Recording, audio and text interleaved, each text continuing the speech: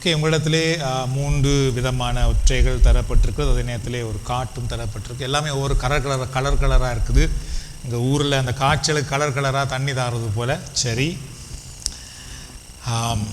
So இதெல்லாம் பார்த்தீங்க என்றால் நிறைய நேரம் செலவிட்டு இதெல்லாம் ப்ரிப்பேர் பண்ணி அச்சிட்டு உங்களோட கரங்களில் கொடுத்துருக்குறோம். வேண்டாம் நீங்கள் இதெல்லாம் பயன்பெற வேண்டும் என்பதற்காக. ஸோ இந்த நீல துண்டிலே பார்த்தீர்கள் என்றால் உரை 1 உரை 2 அப்படின்ட்டு அதனுடைய ஹோம்ஒர்க் அதில் தரப்பட்டிருக்கு. சரியோ, உரை 1 எடுத்துகிட்டு உரை 2 மற்ற பக்கம் இருந்ததுனால அதையும் நான் போட்டிருக்கேன். அடுத்த உரை கேட்கும் பொழுது அதை நான் உங்களுக்கு வழியை சொல்லுகிறேன். முதலாவது உரையினுடைய முடிவிலே இதையும் நான் உங்களுக்கு சொல்லுகிறேன். அதை பார்க்கலாம். அது உங்கள் கையில் இருக்கட்டும். அதை நீங்கள் வீட்டுக்கு கொண்டு போய் பார்ப்பதற்கு உதவியாக இருக்கும். இந்த பிங்க் கலரில் பார்த்தீர்கள்னு சொன்னால் இன்றைய உரையினுடைய 2வது பகுதி இதில் இருக்குது. அந்த முதலாவது பகுதி எனக்கு கொடுக்கல. ஸோ அதை நான் கொடுக்கப்படுறதில்லை, முழு நேரம் கொடுக்க முடியாது நேரமாகினதுனாலே. பட் 2வது அதனுடைய தொடர்ச்சி 2வது பகுதி இதில் இருக்குது. இதை நீங்கள் வீட்டில் கொண்டு போய் ஆறுதலாக நேரம் எடுத்து தனியே இருந்து வாசித்து அதில் உள்ளதை தயவு செய்து குறிப்பெடுத்து வைத்துக் கொள்ளும்படி அன்போடு கேட்டுக்கொள்கிறோம். ஸோ இதில் இருக்கிற அதே விடயம் இதில் இங்கிலீஷில் இருக்குது. அந்த தமிழ் தெரியாத பிள்ளைகளுக்காக ஆங்கிலத்திலே அதை பார்ப்பதற்காக அதிலே கொடுக்கப்பட்டிருக்கிறது. இந்த காட்டு உங்களுக்கு கொடுத்திருக்கிறோம். இன்றைக்கு இந்த உரை முடிந்த பின்பு நீங்கள் தொடர்ச்சியாக இதிலே நான் பங்கு பெறுவேன், இது கட்டாயமாக நான் பங்கு பெற வேண்டும் அப்படின்னு உங்களுக்கு ஆர்வம் இருக்குமாக இருந்தால் நீங்கள் அடுத்த முறை வரும்பொழுது இதில் உங்களுடைய பெயரை கொஞ்சம் தெரியக்கூடிய விதமாக எழுதிட்டு வரணும். சரியா, ஷோட்டான ஒரு பெயரை இதில் பெருசாக நீங்கள் எழுதிட்டு வரணும். அதுக்கு பிறகு நாங்கள் இதுக்கு போடுற கவர் உங்களுக்கு கொடுப்போம். அதுக்கு பிறகு அதை நீங்கள் ஒவ்வொரு முறையும் 12 வாரம் பங்கு பெறும் பொழுது உங்களுடைய ஆடையில் நீங்கள் அதை குத்தி இருக்க வேண்டும். சரியோ, ஆகவே நான் 12 வாரம் வர முடியும் அப்படின்னு நினைக்கிறவர்கள் ப்ளீஸ் யூஸ் திஸ். அதுக்கு பிறகு இல்லை 12 வாரங்கள் நான் சில நாட்கள் சில வாரங்கள் விடுமுறை வருகிறது அல்லது வர முடியாத சூழல் இருக்கிறது அப்படின்னு இருக்குமாக இருந்தால் நீங்கள் அதை ஆன்லைன்லே இது இருக்கும், அதை நீங்கள் ஆன்லைனில் தயவு செய்து பார்க்க வேண்டும். ஏன்னா நீங்கள் அதை தவற விட்டு மிஸ் பண்ணுவீர்களாக இருந்தால் அதனுடைய முழு விடயத்தையும் உங்களால் அறிய முடியாது. ஆகவே அதற்காக நீங்கள் நேரம் எடுத்து வீட்டில் இருந்து அதை நீங்கள் பார்ப்பீர்களாக இருந்தால் அது உங்களுக்கு உதவியாக இருக்கும். ஆகவே உங்களுக்கு நாங்கள் ஏற்கனவே கொடுத்திருந்தோம் அந்த சுபம் செய்வதற்கான ஒற்றை. அதில் நீங்கள் எதெல்லாம் பங்கு பெறுகிறீர்களோ அதில் முதலாவது உரை பங்கு பெற்றால் அதில் நீங்களாகவே டிக் பண்ணி கொண்டு வாருங்கள். எதில் நீங்கள் பங்கு பெறவில்லையோ அப்போ உங்களுக்கு தெரியும் நான் இத்தனை உரைகளில் நான் பங்கு பெறவில்லை அப்படின்ட்டு அதை நீங்கள் ஆன்லைனில் பார்ப்பதற்கு உங்களுக்கு அது உதவியாக இருக்கும். அடுத்த முறை வரும்பொழுது தயவு செய்து மறந்துவிட வேண்டாம். அதில் உங்களுடைய பெயரை எழுதி கொண்டு வரும்படி அன்போடு கேட்டுக்கொள்கிறோம். அதுக்கு பின்பு அது உங்களுக்கு கொடுக்கப்படும். சரி, இவ்வாறு நாங்கள் 12 உரைகளிலே பங்கு பெற்று அதுக்கு பின்பு நாங்கள் ஒரு சுப வழிபாட்டை வைத்து அதில் நாங்கள் எங்களுடைய சுப வாழ்க்கைக்காக இந்த நற்செய்தி பணி வாழ்க்கைக்காக எங்களை அர்ப்பணித்து அதுக்கு பின்பு சில நல்ல ஒரு ஐக்கியத்தோடு ஒரு குழுவாக நாம் செயல்படும் பொழுது நாங்கள் பல விடயங்களை ஒன்றாக இணைந்து செய்வதற்கு அது மிக உதவியாக இருக்கும். அதே நேரத்தில் இதில் பங்கு பெறும் பொழுது இதனுடைய முக்கிய நோக்கம் என்ன என்பதை பற்றி நாம் அறிந்து பங்கு பெறுவோம் என்றால் அது நமக்கு மிக மிக உதவியாக இருக்கும். சரி, இப்போ எங்களுடைய இந்த முதலாவது டோக்கனுடைய ஒரு சில சுருக்கமான சில விடயங்களை பார்த்து நாம் செபிக்க போகின்றோம். டோக் நம்பர் 1, உரை நம்பர் 1 பார்த்துக்கிட்டால் who is the Holy Spirit? பரிசுத்த ஆவியார் யார்?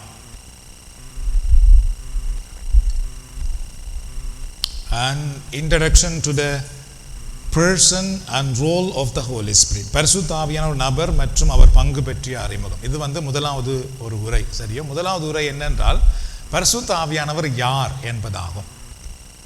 உங்களிடத்தில் தூய ஆவியானவர் யார் அப்படின்னு கேட்டால் உங்கள் எல்லாருக்கும் தெரியும், திருத்துவத்தினுடைய ஒரு கடவுள், அது எல்லாருக்கும் தெரியும். அதை விட வேறு என்ன தெரியும் அப்படி என்று கேட்டால் அங்கு பார்த்துக்கிட்டால் அங்கங்கே எங்களுக்கு அது தெரியாத தன்மைகள் நிறைய இருக்குது. சரியோ, கம்பேர் டு அதர் கிறிஸ்டியன்ஸ், அடுத்த மற்ற சபையாக்களோடு நாம் பார்க்கும் பொழுது அவர்களுக்கு நிறைய தெரியுது பரிசுத்த ஆவியானவரை பற்றி. நம்மை பார்க்கும் பொழுது நமக்கு ஒன்றும் தெரியுதில்லை, கொஞ்சம் கொஞ்சம் தான் தெரியுது. வீட்டில் கூட இந்த டாபிக் ஆயிடுச்சிங்கன்னா பரிசுத்த ஆவியானவரை பற்றி ஒன்றுமே தெரியாத போல் நாம் இருக்கிறோம். அதனால இந்த கூட்டத்தில் பரிசுத்த ஆவியானவருக்கு முக்கியத்துவம் கொடுக்கறதுனால பரிசுத்த ஆவியானவர் யார்? Matthew chapter 28 verse 19. Go therefore and make disciples of all nations, baptizing them in the name of the Father and of the Son and of the Holy Spirit. மத்தேயு 28:19 எனவே நீங்கள் போய் எல்லா மக்களினத்தாரையும் சீடராக்குங்கள், தந்தை மகன் தூய ஆவியார் பெயரால் திருமுழுக்கு கொடுங்கள் அப்படின்னு சொல்லப்படுகிறது. சரியோ, இங்குதான் திருத்துவத்தை நாம் பார்க்கிறோம். திருத்துவம் என்பது பைபிளிலே இல்லை. You cannot see Trinity in the Bible, the name of the Trinity in the Holy Bible. திருத்துவம் என்கிற பெயரை பைபிளிலே நீங்கள் எங்கும் பார்க்க முடியாது. ஆனால் 3 கடவுளும் ஒன்றாக இணைந்து செயல்பட்டதை பார்த்து அதுக்கு திருத்துவம் என்ற பெயரை திருச்சபை கொடுக்கிறது. சரியோ, அப்போ ஒரு திருமுழுக்கு நாங்கள்லாம் எடுக்கும் பொழுது தந்தை மகன் தூய ஆவியின் பெயரால் நாங்கள் திருமுழுக்கு பெற்று கிறிஸ்தவர்களாக மாற்றப்பட்டிருக்கின்றோம். So when we talk about the Trinity, we hear about God the Father's love. திருத்துவத்தை பற்றி நாம் பார்க்கும் பொழுது தந்தையாக இறைவன் எங்களை அன்பு செய்கிறார் என்று அவரை பற்றி நமக்கு கொஞ்சம் தெரிகிறது. We read about Jesus the Son who died for our sin. எங்கள் பாவங்களுக்காக மரித்த ஆண்டவராக இயேசு கிறிஸ்துவை பற்றி நமக்கு கொஞ்சம் தெரிகிறது. But what about the Holy Spirit? பரிசுத்த ஆவியானவரை பற்றி நமக்கு எவ்வளவு தெரியும் அப்படின்னு பார்த்தீர்கள். For some he seems mysterious. சிலருக்கு பார்த்தீங்கன்னா பரிசுத்த ஆவியானவர் என்பது புரியாத ஒருவராக இருக்கின்றார். பரிசுத்த ஆவியானவரா அப்படின்னா என்னது அப்படின்ட்டு நிறைய கிறிஸ்தவர்களுக்கு அது புரியாமல் இருக்கிறதை நாம் பார்க்கலாம். எங்களிடத்திலேயே நிறைய பேர் கேட்டிருக்கிறார்கள். அதுவும் பார்த்தீங்கன்னா சில பெரிய பெரிய அந்த ஆலயங்களிலே முன்னுக்கு நின்று பணி செய்கிறவர்கள் அவர்கள் கேட்டிருக்கிறார்கள், அப்போ நீங்கள் பரிசுத்த ஆவியை தானா கும்பிட்ற நீங்கள் அப்படின்னு கேட்டிருக்கிறார். அப்போ நான் யோசிக்கிறது, இந்த ஆக்களுக்கு திருத்துவமே தெரியாது போல இருக்குன்னுட்டு. அவர்கள் நினைக்கிறாங்க பரிசுத்த ஆவியினர் ஏதோ வேற ஒரு கடவுளாக்கும். சரி, for others he is just a power or feeling or an influence. ஒரு சிலர் நினைக்கிறார்கள் என்றால் பரிசுத்த ஆவி என்றால் ஒரு சக்தி, பரிசுத்தர் வந்தால் இவர்கள் நடுங்குவார்கள், இவர்கள் கத்துவார்கள், அப்படியாக்கும் அப்படின்ற ஒரு பேர் பார்க்கிறார்கள். இன்னும் ஒரு சிலர் பார்த்து அது ஒரு ஏதோ உணர்வாக்கும் அப்படியாக்கும் பார்க்குறோம். So but the Holy Bible make us clear the Holy Spirit not something, he is a person அப்படின்ட்டு. He is someone. தூய ஆவியார் ஏதோ ஒன்று அல்ல, அவர் ஒரு நபர் அப்படின்ட்டு திருமறையிலே நாம் பார்க்கக்கூடியதாக இருக்கிறது. சரியோ, முதல்ல இந்த 7 உரைகளில் இது போன்ற இது வேறு விதமாக அங்கு சொன்னார்கள். அதை கேட்ட பொழுது எனக்கு அவ்வளவு புதிதாக இருந்தது. பரிசுத்த ஆவியானவருக்கு இப்படியெல்லாம் இருக்குதா, பரிசுத்தானவர் இப்படியானவரா அப்படி என்றுட்டு. சரியோ, நீங்கள் பார்த்தீர்கள் என்றால் he is fully God, co-equal, co-eternal with the Father and the Son. பரிசுத்த ஆவியானவர் தந்தையோடும் மகனோடும் இணைந்த ஒரு திருத்துவ கடவுள். We cannot truly live the Christian life without the Holy Spirit. பரிசுத்தாவியானவர் இல்லாமல் நாங்கள் உண்மையான கிறிஸ்தவ வாழ்க்கை வாழ முடியாது. Because he is deeply involved in creation, salvation and our daily walk with God. சரி, இது very very important இது. Because he is deeply involved in creation, salvation and our daily walk with God. அதாவது எங்களுடைய அன்றாட வாழ்க்கையிலே நாங்கள் கிறிஸ்துவுக்குள் வாழ்வதற்கும் இந்த படைப்புகள் அனைத்தும் உருவாக்குவதற்கும் நம்மை மீட்டுக் கொள்வதற்கும் பரிசுத்த ஆவியானுடைய பங்கு மிக மிக முக்கியமாக இருந்திருக்கிறது. சரியோ, ஆகவே இந்த படைப்புகள் எல்லாமே நாங்கள் அதற்குள்ளே அந்த ஆசீர்வாதத்தை காண வேண்டும் என்றால் அங்கு பரிசுத்தனோடு நமக்கு தொடர்பு இருந்தால்தான். இல்லை என்றால் அந்த படைப்பையே நாம் தவறாக பயன்படுத்துவோம். அதுபோல மீட்பு, அதாவது மறுபடியும் பிறக்கிறது, கிறிஸ்துவுக்குள் பிறக்கிற அந்த மீட்பு இருக்கிறது அல்லவா, அது பரிசுத்த ஆவியினர் வழியாக தான் நமக்குள்ளே உருவாகும். இயேசு எங்கள் பாவங்களை சுமந்தவர், ஆனால் அந்த பாவத்துக்குள்ளே நம்மை பெற்றெடுப்பவர் பரிசுத்த ஆவியானவர். ஸோ பரிசுத்த ஆவியினர் நமக்குள்ளே வரும் பொழுது மட்டும்தான் அந்த சிலுவையினால் நமக்கு கிடைத்த அந்த மீட்புக்குள்ளே நம்மால் வர முடியும். இல்லை என்றால் அந்த மீட்பின் அனுபவம் நமக்கு கிடைக்காமல் போய்விடுகிறது. ஸோ பரிசுத்த ஆவியானவர் எங்களுக்கு அவ்வளவு அவசியம். The Holy Spirit is a person because he has a mind. சரியோ, இதை நான் முதல்ல கேட்ட பொழுது கொஞ்சம் கஷ்டம், பெரிய ஆச்சரியமாக இருந்தது. அதாவது பரிசுத்த ஆவியானவருக்கு சிந்திக்கிற மனம் இருக்கிறது அப்படின்ட்டு. சரியோ, in the Holy Bible, Romans chapter 8 verse 27, he who searches hearts knows what is the mind of the Holy Spirit. சரியோ, ரோமையர் 8:27, உள்ளங்களை துருவி ஆயும் கடவுள், எல்லாரும் சேர்ந்து வாசிப்போம்.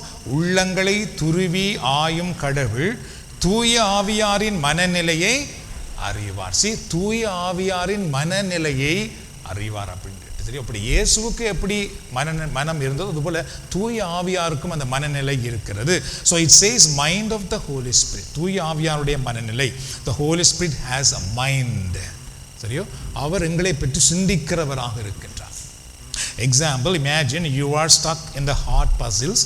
அதாவது இந்த பசில்ஸ் செய்து விளையாடுவோம் அல்லவா, அதில் எங்களுக்கு சரியாக பொருத்த முடியாத ஒரு நிலை வந்து விட்டது அப்படின்னு வச்சுக்கொள்வோம். Then your best friend comes and show you the right piece. உங்களுடைய ஒரு சிறந்த நண்பர் இந்த பீஸை அதில் வைத்து பாருங்கள் சரியாயிரும் அப்படின்னு சொல்லி கொடுப்பாராக இருந்தால் அது நமக்கு அவ்வளவு உதவியாக இருக்கும். The Holy Spirit also like that, friends. பரிசுத்த ஆவியானவர் அது போல தான் இருக்கிறார். நாங்கள் வாழ்க்கையில் சில கஷ்டங்களுக்குள் இருக்கும் பொழுது, எப்படி முடிவெடுப்பது தெரியாமல் இருக்கும் பொழுது, பரிசுத்த ஆவியானவர் நமக்குள்ளே இதை நீ இப்படி செய்துவிடு, எல்லாம் சரியாயிரும் அப்படின்னு சொல்லி கொடுப்பார். The Holy Spirit like that, he think and understand everything. And number 2, he has emotion. அவருக்கு ஒரு உணர்வு, எங்களை உணரக்கூடிய ஒரு சக்தி தூய ஆவியாருக்கு இருக்கிறது. Ephesian chapter 4 verse 30. எபேசியர் 4:30. Do not grieve the Holy Spirit of God. See, கடவுளின் தூய ஆவியாருக்கு துயரம் வருவிக்காதீர்கள் அப்படின்னு திருமறை சொல்லுகிறது. இப்ப நாங்கள் தூய ஆவியாரை துக்கப்படுத்த முடியும் அப்படின்ட்டு திருமறை சொல்லுகிறது. எல்லாரும் வாசிப்போம். கடவுளின் தூய ஆவியாருக்கு துயரம் வருவிக்காதீர்கள். So it says do not grieve the Holy Spirit. பரிசுத்த ஆவியானவரை துக்கப்படும். அதுக்கு ஒரு பெரிய விடயம் இருக்கு. அதெல்லாம் அது இன்னும் வரை நாங்கள் பார்க்கலாம். எவ்வாறு நாங்கள் பரிசுத்த ஆவியானவரை துக்கப்படுத்துகிறோம். நம்பர் 1, எப்பொழுதெல்லாம் இயேசு கிறிஸ்துவை புறக்கணிக்கிறோமோ அதான் அவரை முதலாவது துக்கப்படுத்துகிற ஒரு விடயம். எப்ப நாங்கள் இயேசு கிறிஸ்துவை புறக்கணிக்கிறோமோ அல்லது இயேசு கிறிஸ்துவ முக்கியத்துவம் கொடுக்காமல் போகிறோமோ, he will grieve. Our துக்கப்படுவார். Think of your mom or dad. உங்களுடைய அப்பா அல்லது உங்களுடைய அம்மாவை யோசித்து பாருங்கள். When you disobey, they feel sad. நாங்கள் அவர்களுக்கு கீழ்ப்படியாமல் போகும்பொழுது அவர்கள் துக்கப்படுவார்கள். Not because they hate you, but because they love you. அவர்கள் உங்களை வெறுப்பதனால் துக்கப்படுவதல்ல, அவர்கள் உங்கள் மேல் நேசமாக இருக்கிறதுனால் துக்கப்படுகிறார்கள். நான் நல்ல ஒரு விஷயத்தை சொல்லுகிறேன், கேட்காமல் போகிறாயே அப்படின்ட்டு அன்பினால் தான் அந்த துக்கம் ஏற்படுகிறது. So the Holy Spirit is the same. When we do wrong thing, he feels sad. அதுபோல நாங்களும் தவறானவைகளை செய்யும் பொழுது, கடவுள் வார்த்தைகளை மீறும் பொழுது அவரும் துக்கப்படுகிறார். But when we listen to him, he is happy. நாங்கள் எப்பொழுது அதுக்கு கீழ்ப்படுகிறோமோ மகிழ்ச்சி அடைகிறார். And he has a will or chooses. அவருக்கு ஒரு விருப்பம் உண்டு. அவர் தெரிவு செய்கிறவராக இருக்கின்றார். 1 Corinthians chapter 12 verse 11. He appoints to each one individually as he wills. எல்லாரும் வாசிப்போம். 1 கொரிந்தியர் 12:11. அவரே தம் விருப்பம் போல் ஒவ்வொருவருக்கும் இவற்றை பகிர்ந்தளிக்கின்றார். பரிசுத்த ஆவியானவர் என்ன செய்கிறார்? நம்ம ஒவ்வொருவருக்கும் என்னென்ன வரங்கள் வேண்டுமோ அதை அவர் பகிர்ந்து கொடுக்கிறாராம். அப்ப நாங்கள் தூய ஆவியானவருக்குள்ளே சரியாக வழிநடத்தப்படாமல் இருப்போம் என்றால் அவர் எங்களுக்கென்று வைத்திருக்கிற வரங்களை நாம் பெற்றுக்கொள்ள முடியாது. அவர் காத்து கொண்டு இருப்பார்.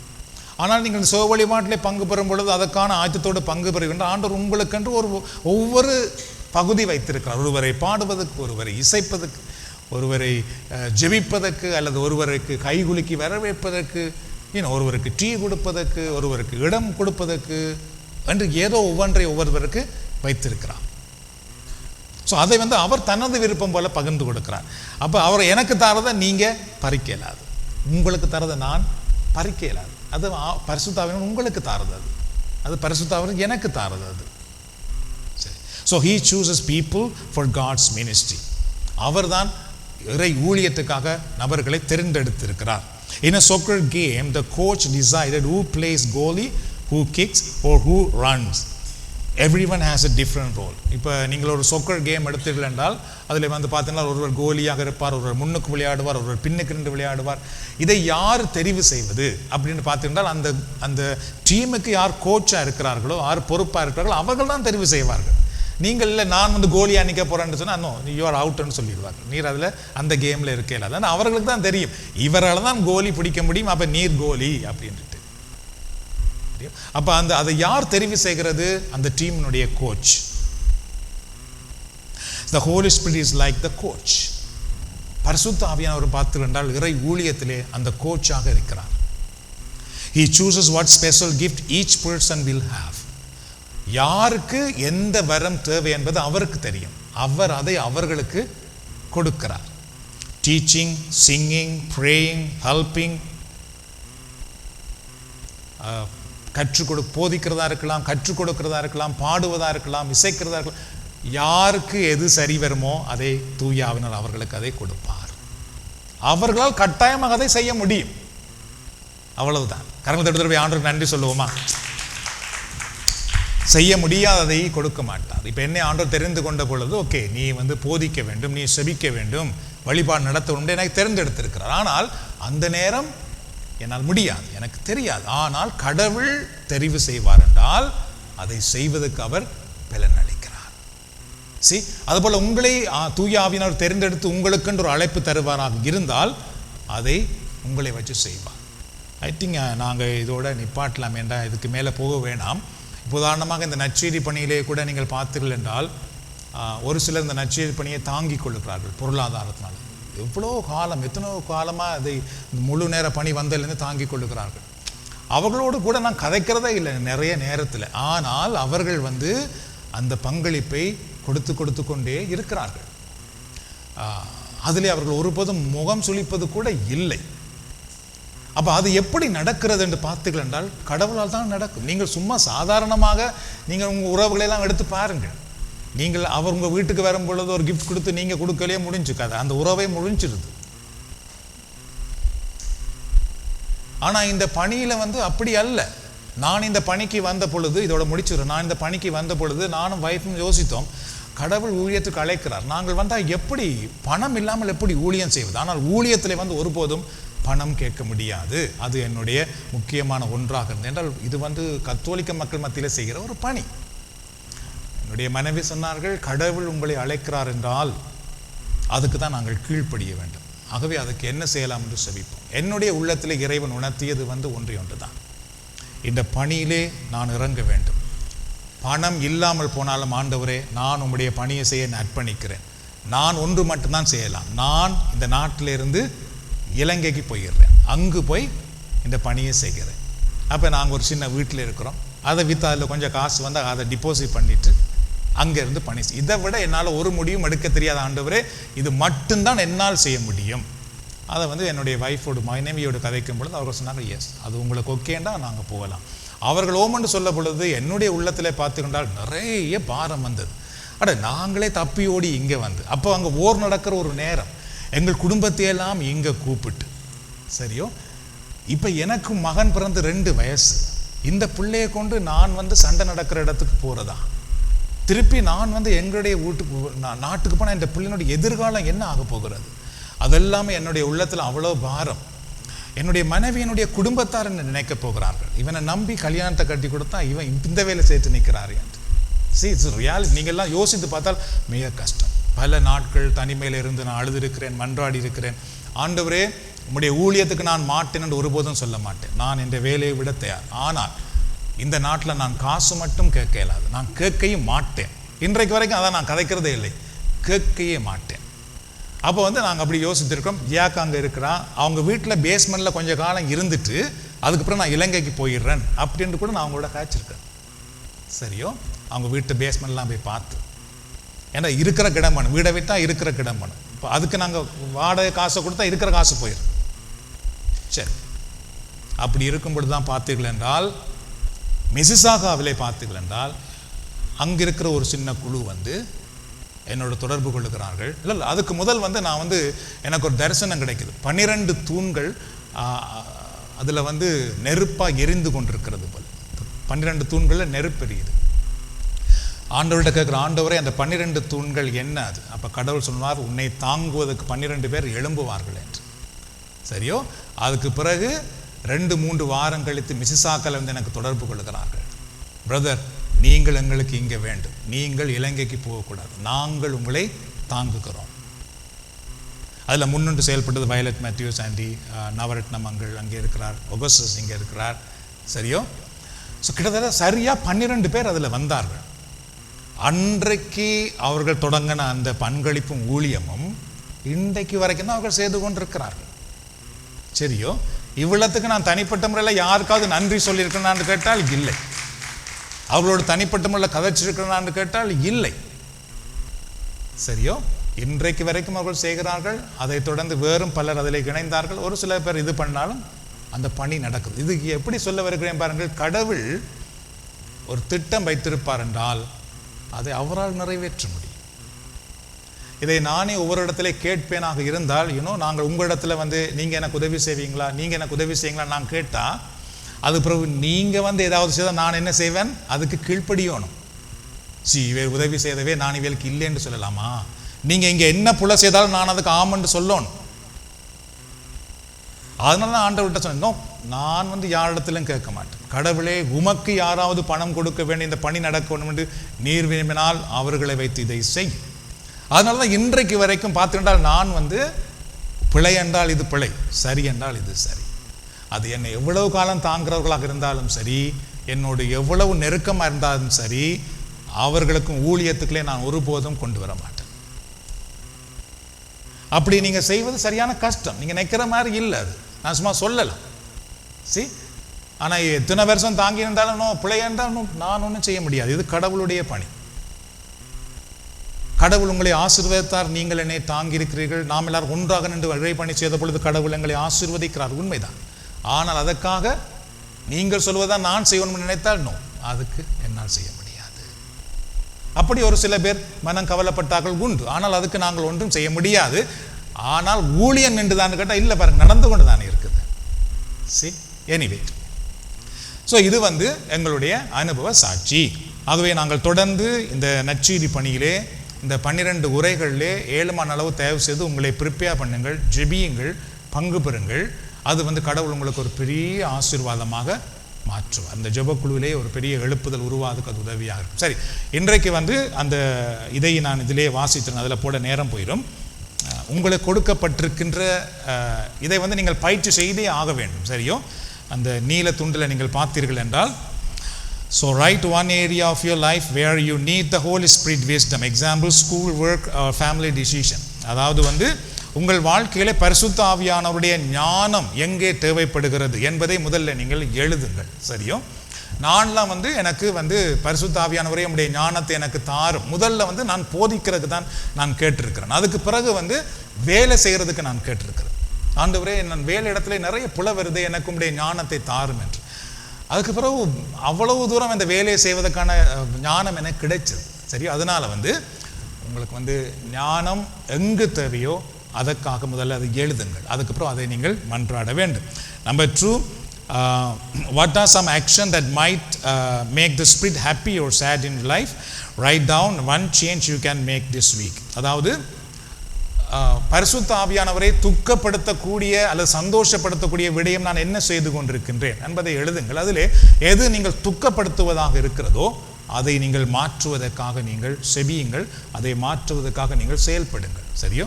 உதாரணமாக, நான் செபிக்காமல் போகிறேன் அப்படின்ட்டு நான் அதனால் துக்கப்படுத்துகிறேன். உங்களுக்கு தெரியுது என்றால் செபிப்பதற்கு நேரத்தை ஒதுக்கி நீங்கள் செபிக்க முயற்சி செய்யுங்கள். ஸோ அது வந்து கட்டாயமாக முக்கியம். Number 3, think of one gift or talent you have, singing, helping, teaching. Ask the Spirit to show you how to use it for God's glory. அதாவது உங்களிடத்தில் இருக்கின்ற ஒரு வரம் அல்லது கொடை என்ன என்பதை பாருங்கள். ஒரு திறமை என்ன, வரம் என்ன என்று நீங்கள் பார்க்கலாம். அது வந்து பாடுவதாக இருக்கலாம், செவிப்பதாக இருக்கலாம், போதிக்கிறதாக இருக்கலாம், எதுவாக இருந்தாலும் சரியோ, அதை வந்து நீங்கள் தெரிந்து கொண்ட பின்பு, ஆண்டவரே இதை நான் உம்முடைய மகிமைக்காக பயன்படுத்த என்னை ஆசீர்வதியும் என்று நீங்கள் செபிக்க வேண்டும். சரியா? நீங்கள் உங்களுக்கு செபிக்கிறது ஆர்வமுள்ள ஆட்கள் சில பேர் இருப்பீர்கள். நீங்கள் வந்து அதுக்காக, ஆண்டவரே நான் வந்து இன்னும் சிறப்பாக செபிக்க என்னை அபிஷேகம் பண்ணும். பாடக்கூடியவர்கள், ஆண்டவரே இன்னும் சிறப்பாக நான் பாட, வழிபாடுகள்லாம் நடத்தக்கூடிய விதமாக என்னை நீர் அபிஷேகம் பண்ணும். அதுக்காக நீங்கள் மன்றாட வேண்டும். ஸோ அப்படி நீங்கள் செபிக்கும் பொழுது உங்களுக்குள்ளே இருக்கிற வரங்கள், திறமைகள், கொடைகளை இன்னும் பரிசுத்த ஆவியானவர் வழியாக ஆண்டவர் பயன்படுத்த உதவியார். நாம் இப்பொழுது செபிப்போமா? நாம் எல்லாரும் எழுந்து நிற்போம்.